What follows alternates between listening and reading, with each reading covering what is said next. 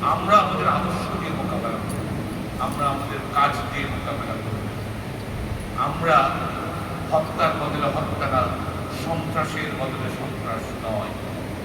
আমরা আমাদের আদর্শ, আমাদের ভালোবাসা, জনগণের কল্যাণ, আপনাদের মাথায় যে চিন্তা ছিল সেই চিন্তার প্রতিফলন আমাদের কাজে কর্মে ঘটাবো।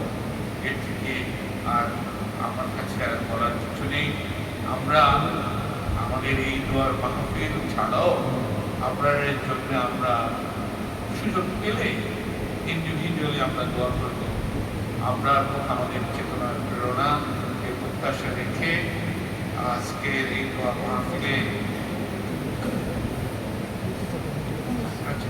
আমাদের ইমাম সাহেবকে দোয়া করার জন্য বিনীত অনুরোধ জানাচ্ছি। আল্লাহ হাফেজ। যারা এখানে দোয়া মাহফিলে শরীক হয়েছে সবাইকে ধন্যবাদ করছি।